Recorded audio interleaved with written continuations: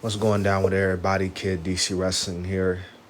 Hopefully, Kane doesn't try to come to my crib and choke slam me through the roof for saying this, but tonight was the May 19th edition of Monday Night Raw. This is also the go home show before Saturday night's main event this Saturday night. Overall, I thought tonight's show was pretty good.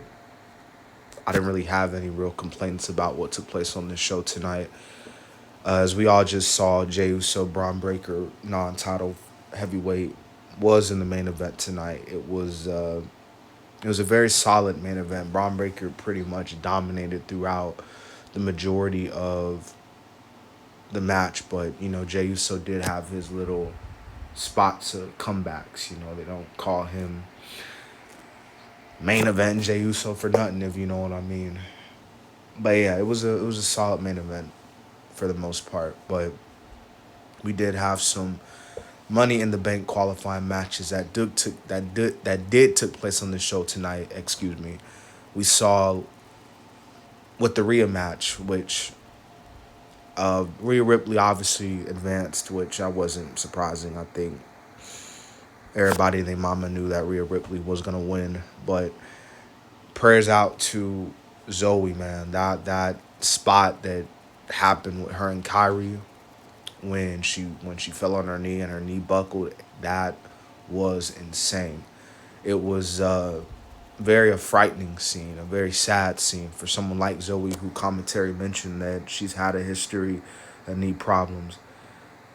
You never want to see anybody in the wrestling business go through with that. So I hope Zoe makes a full recovery. Hopefully it isn't too serious, and she can come back and continue to, you know, does what she does best. But Rhea, she won her qualifying match, and I know on the other end, Roxanne won her qualifying match. She beat Natalia and Becky in the triple threat. Becky probably would have won, but Lyra came out. Her and Lyra continued brawling, so that was really why Becky didn't win. But yeah, very happy for Roxanne. Like I said, they're doing really good with her so far. She'll probably be one of the dark horses of the women's Money in the Bank match for sure. But as far as the rest of the show goes, you had a really good tag match. You had AJ and Penta teaming up to take on the Judgment Day. That was a very good tag team match. As a matter of fact, that was the opening match of the show. And then as we saw what happened at the beginning of the show with Jey Uso, Logan Paul, and they've all been having their interactions with Rollins the whole night, because Rollins was telling Gunther the same thing he told Logan Paul, the same thing he told Jey Uso, like he's coming after all of them. And like Paul Heyman said at the beginning of the show, the long-term plan is to have Seth Rollins become the world heavyweight champion.